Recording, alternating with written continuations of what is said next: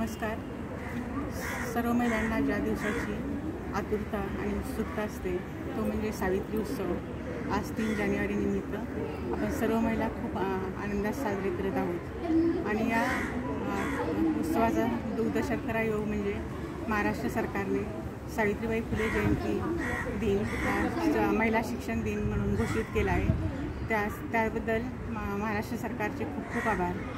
सावित्रीबाई फुले यांचे विचार मला खूप भावले आणि सत्यशोधक महिला संस्था मानखुर्द या शाखेतर्फे मी ज्यावेळेला परीक्षा दिली त्यावेळी मला थोडाफार अभ्यास करता आला महात्मा ज्योतिराव फुले आणि सावित्रीबाई फुले यांच्याबद्दल.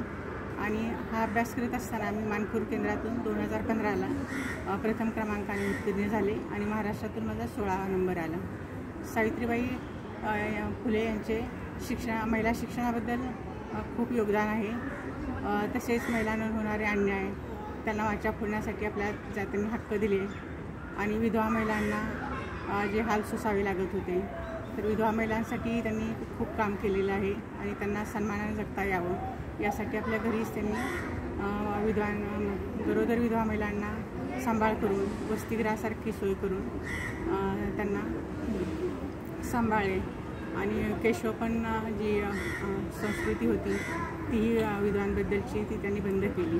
तसेच समाजात दान देणं हे खूप चांगलं काम असतं, परंतु दान देणारे मोठेपणा दाखवायचा नसतो. जर तो मोठेपणा दाखवला तर ते सत्कृत दान होत नाही आणि दान घेणाराही ऐतखाऊ होतो. त्यामुळे ज्या ठिकाणी दान हे सत्कर्मी लागणार आहे अशा ठिकाणीच दान करा असं सावित्रीबाई फुले आवर्जून सांगतात.